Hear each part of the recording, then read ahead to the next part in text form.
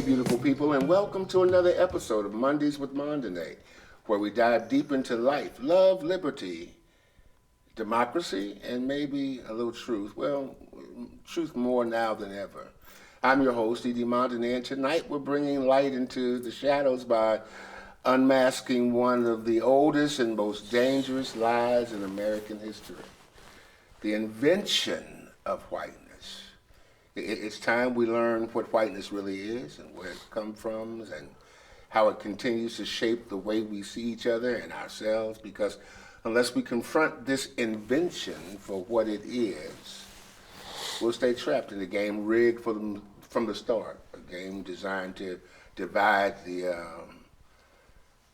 many and enrich just a few people. So I want to be clear now that whiteness is not just a skin color. It's a system, a structure of belief, law, and culture, and it's built to elevate some and exclude others. As I've spoken, it's not a personal attack. It's not about individual white people. It's about a centuries-old idea that's distorted reality and rigged society. So anyway, we can't take it on as mythology. I've made a whole introduction to this, and I want to encourage you to read it or listen to it and learn from it. And we're going to talk about some of that tonight with our guest, who, matter of fact, embodies the same spirit. He is a brother whose life is a sermon, whose lens is a pulpit, and whose work is a celebration of truth, culture, and hope. I'm talking about this person, my black brother, Charles Hyatt. He's the founder of Good News Jamaica, a storyteller, a servant leader, and a man devoted to lifting others by showing them who they already are. From the United Nations to Kingston, from digital archives to our own city of Portland, Charles reminds us what it means to build rather than to break. Charles. Yes, sir. I'm excited to have you, man. Welcome. Thank you so much, man. It's One good love to to see you. Man. Yeah, man. Same here. You look good. Thank you, sir. You know, you're 92, but you look like you're about 46. Well, actually, I'm 117, but because of the sorrel drink that I drink out here, you know, I'm keeping it young. What drew you to storytelling, and what made you see it as a tool for transformation, other than just the obvious? From day one, first of all, I'm a Jamaican, right? Jamaica is an oral society. We pass down our history orally. Yes, we have our written archives and our video archives and stuff, but we from parent to child, from grandparent to child, from aunt to child, whatever, we pass on lessons through words, through stories, through examples. And if I was to come up with one word that would explain the lesson that you would learn from the stories, the one word would be understand vicariously. Because the reason we are given so many stories to give us so many situations is so that you don't have to go through them. Yeah. You can learn from this story so that you can, my favorite phrase, govern yourself accordingly when you see this situation come up. Mm-hmm. So I grew up around thespians. I grew up around museologists. I grew up around historians. And so I naturally gravitated to the art of storytelling. Mm-hmm. The way to change your voice when you're dealing with two different characters. The way to pause when you want to get a reaction. Mm-hmm. The way to do all those things, and that's where it comes from. You know, storytelling is a big part of the African American or the African diaspora. It brings us together in so many different cultures, and it's spread, like you said, through just the through the storytelling. What is the one element about storytelling that you would share with us today that brings us into where we are today? Well, the one that comes to mind that I heard many times when I was young, that we are living right now. Those who can't hear must feel. Right? Because we have a tendency to want to hide away from the truth and duck behind comfort and act like we can't hear. When the truth is coming, and you can't stop the truth is coming. Now, when the truth hits, there's a lot of times when the truth hurts. Yeah. And then it's too late. Well, for me, what I've learned is when the truth hits, that's actually the beginning. Because the problem is not the problem. Yeah. Your reaction to the problem is the problem. Yeah. So when the truth hits, how are you going to react? How are you going to govern yourself now? Because you're dealing in truth. Yeah.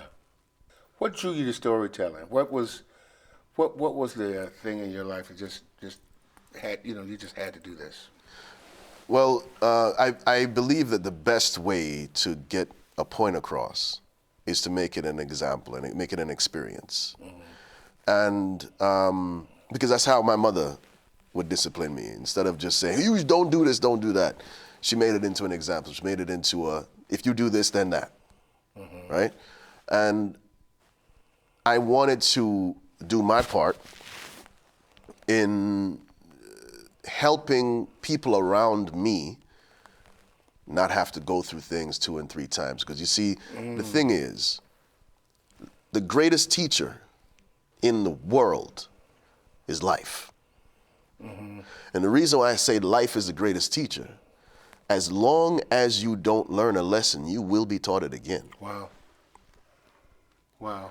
And so my mother instilled in me, learn things once, and you'll see how better your life will be. Celebrate. Good news. Jamaica celebrates resilience. Yeah. And it stands real firm on positivity, right? Yes. What stories have changed you the most as you've told them? I'll tell you the one that has that really impacted me. When we started going down into Trenchtown, which is a ghetto in Jamaica, where Bob Marley comes from and a lot of reggae artists come from. We were working with a school called Boys Town. And when I first got to the school, the principal stopped me at the gate and said, let me explain to you what you're getting into. And I said, please, I'm not in here for that. I'm not a teacher. I'm not a counselor. I just want to be here for the kids. And she said, but you need to know. And I said, all right, what is it? And she said, the reading proficiency for grade 6 is 40%. And I said, wow, that's pretty low. Again, I'm not a teacher. So I just want to be here. If the kids want to talk, if they want to play, I just want to be here every week and see what's up with them. Because I want to tell them that my time is valuable and they're worth it, right? The next year, she stopped us at the gate and she said, I need to tell you what you're getting into. And I said, we had this conversation last year. And she said, no, but you need to hear this. And I said, all right, well, go ahead. She says, we don't know how, but the reading proficiency has jumped to 75%. Wow.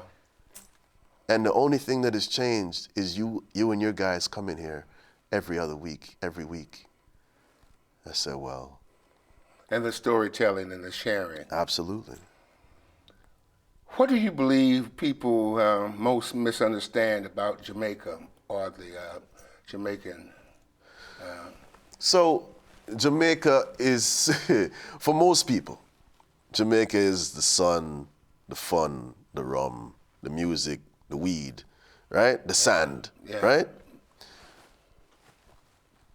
That's what I wanted when I went to Jamaica. I understand. But the thing about it is that the reason why Jamaica has such a cultural impact globally has nothing to do with the land of Jamaica. It has to do with the people of Jamaica. So if you come to Jamaica to get to know the people, you'll have the best vacation ever. Yeah. That's what I want people to understand. Yeah.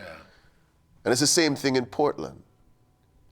Portland has beautiful nature, beautiful this, beautiful that. But the reason why Portland has this reputation as a destination is because of the people here.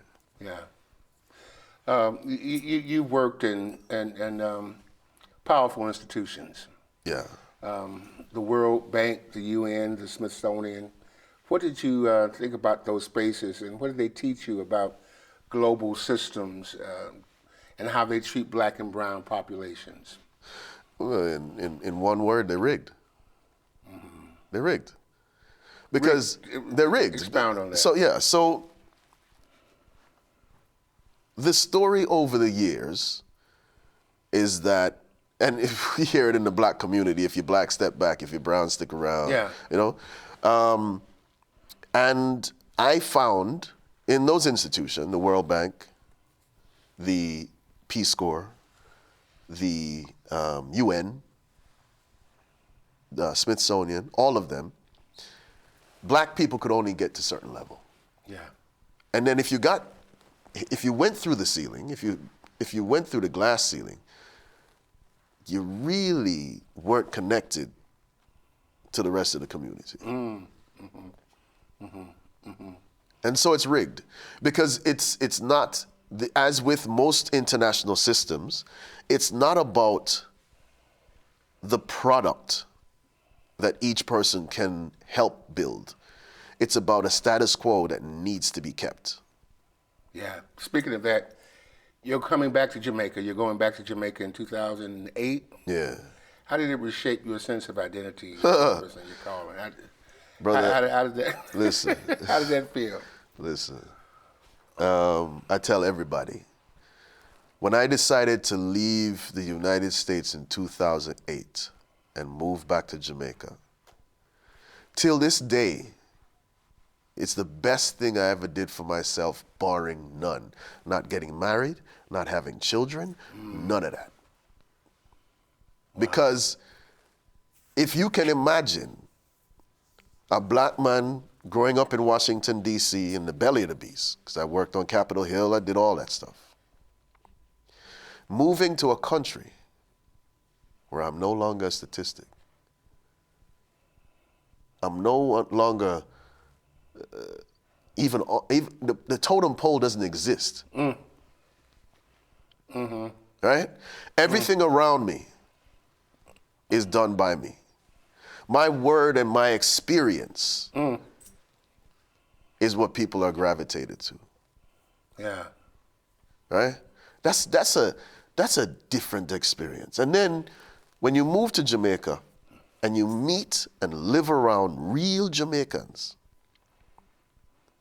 you start to understand how a Marcus Garvey could come from these people. Yeah, and then it impacts this whole understanding of what whiteness has done. You've heard the piece I've read on whiteness and its invention, and its function and its consequences. I want to hear your thoughts. When did you first recognize whiteness not as a color, but as a system? Because you talked about when I first came to the United States. When I first came to the United States, I was in 6th grade. And in Jamaica, our education system is much faster than over here. And I was learning in Jamaica short division. When I came here, they were on long division, right? Yeah. So you had to write it out on the paper, this. But I could do it in my head. Yeah. So I would do it and the answers would be right. But I had a white teacher that said, you can't do it like this. And I said, why not? And she said, you people always want to ask why. Oh. And I said, which people? And she kicked me out of her class. Oh, wow. And it was a black teacher, as she saw me walking to, because I was very confused. I didn't know what the heck I was experiencing. And as I was walking and I explained to this black teacher, Miss Blake, I'll never forget. She said, "Welcome to America." Wow. Which brings us here.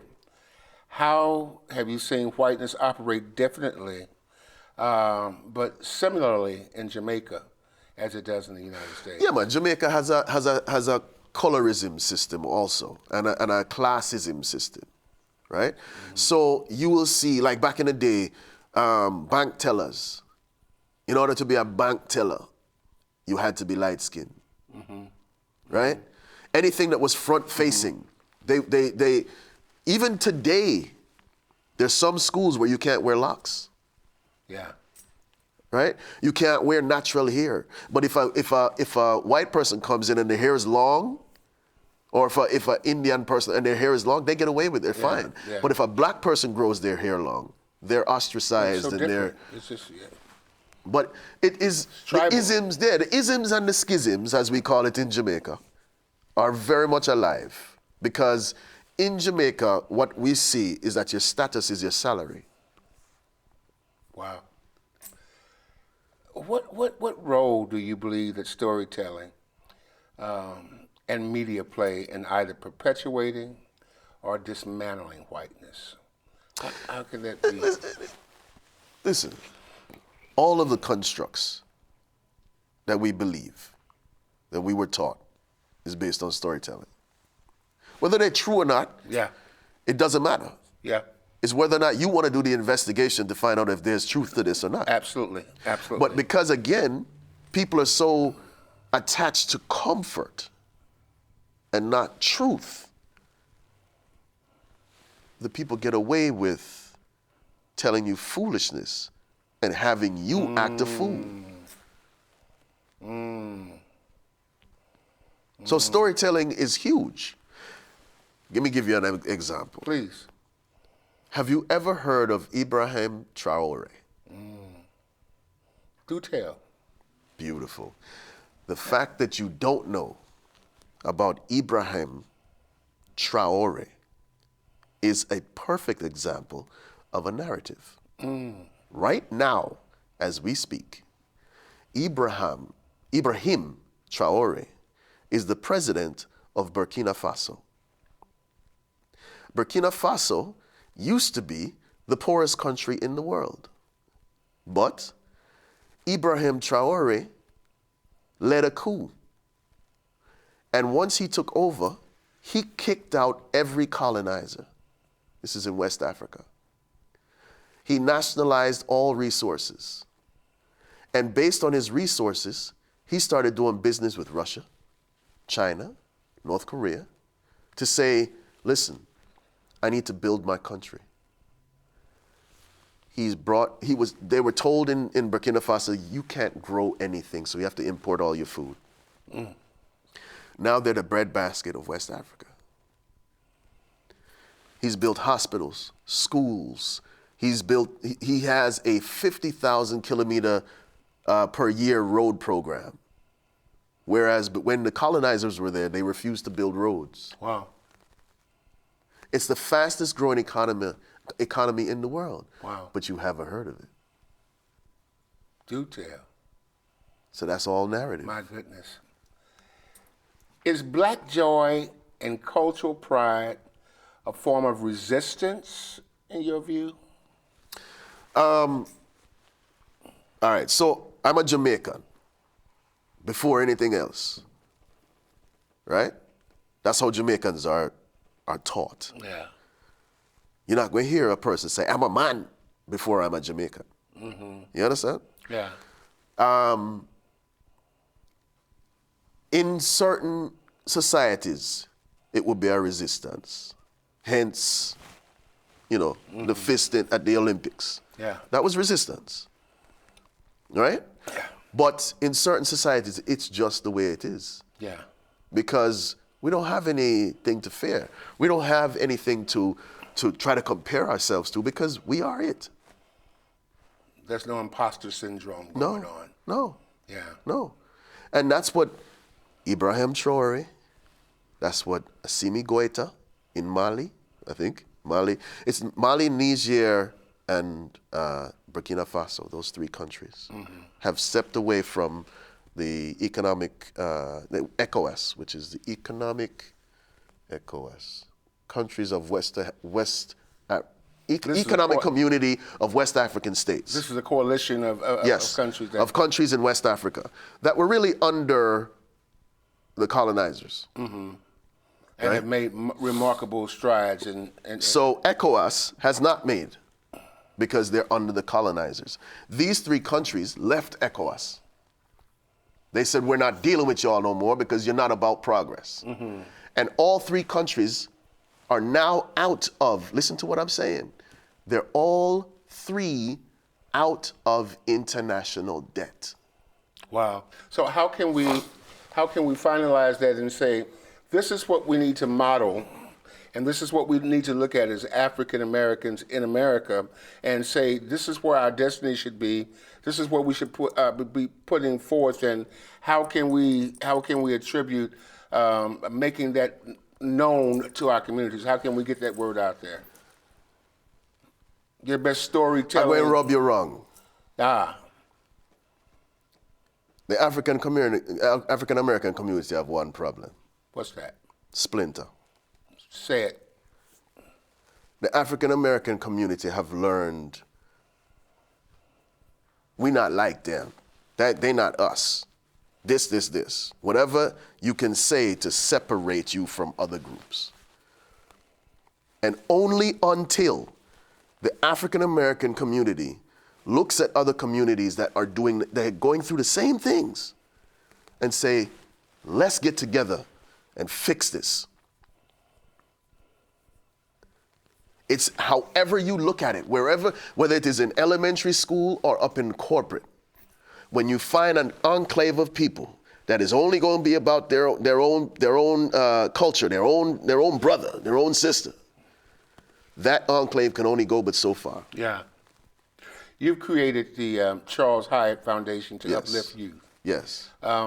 What barriers do they face, and how do you help them break through to that? And we're going to talk a little bit about that before we go, and then we're going to just wrap this up with a big surprise. All right, so the Charles Hyatt Foundation is about self-actualization. So the youth in Jamaica, very creative, extremely creative. But the creative industry is seen as a hobby. You can't do nothing real with that. But the Charles Hyatt Foundation, which was built on the auspices of my father, who was a thespian, we say your creative energy can be your career.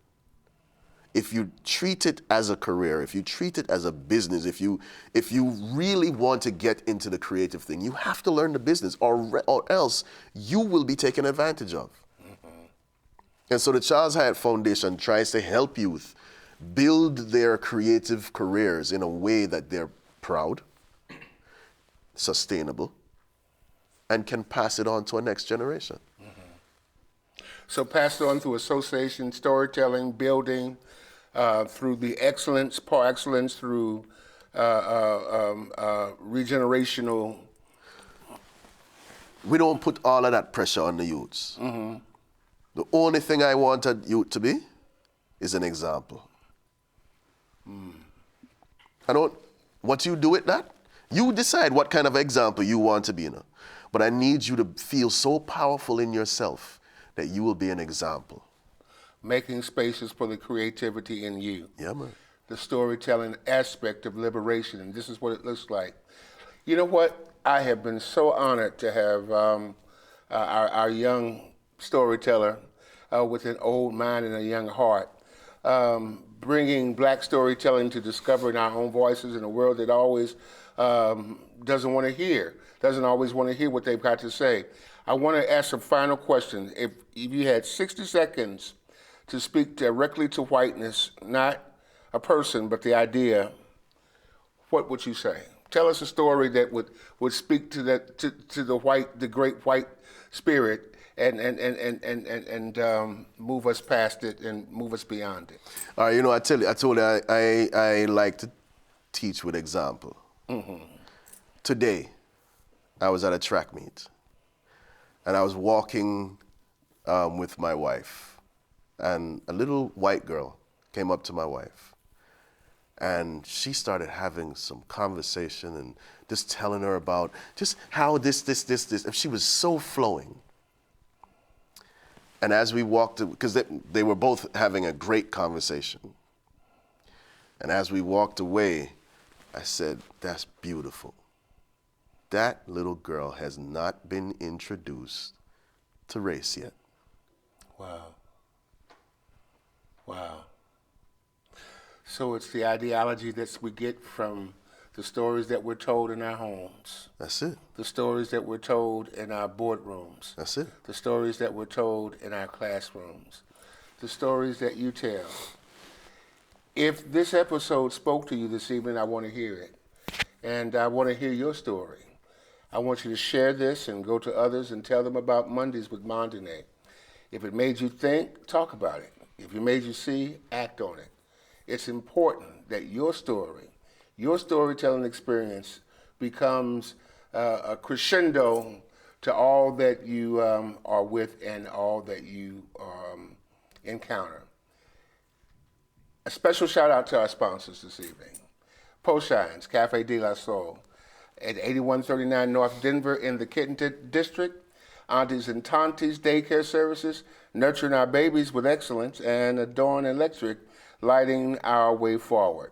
Celebration Tabernacle, we give you a great shout out, and we can come here and worship with us on Sunday morning, 11:30 a.m. To our powerhouse team, Dion, Robin, Andy, and Paul, and Miss Taviana, thank you. None greater, none lesser, and they all stand tall. Follow us on Facebook and on YouTube, and turn on your notifications. There they are, right there. Right here at Mondays with Mondine, and we don't want to chase the beat. We want to make the beat.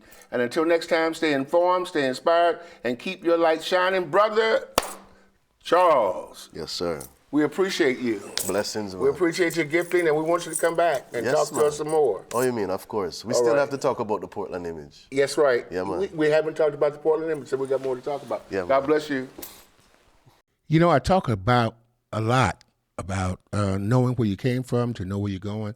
Well, I came from the projects of St. Louis, Missouri, and I ended up into the majestic mountaintops of Portland, Oregon. It's been a wonderful journey, and Lewis and Clark took that journey from St. Louis to Portland, and I took it too. It talks about who I am, and as I'm with you often in the in cyberspace or on websites or on the, what do you call it, social media, I want you to know a little bit about me and who I am. This book talks about my fantasies, my failures, my triumphs, and more than that, it talks about the resiliency of being able to continue to go forward regardless of the odds. I'd get a copy. It's called From Maladies to Melodies. And I hope that you enjoy it and give me some feedback. God bless.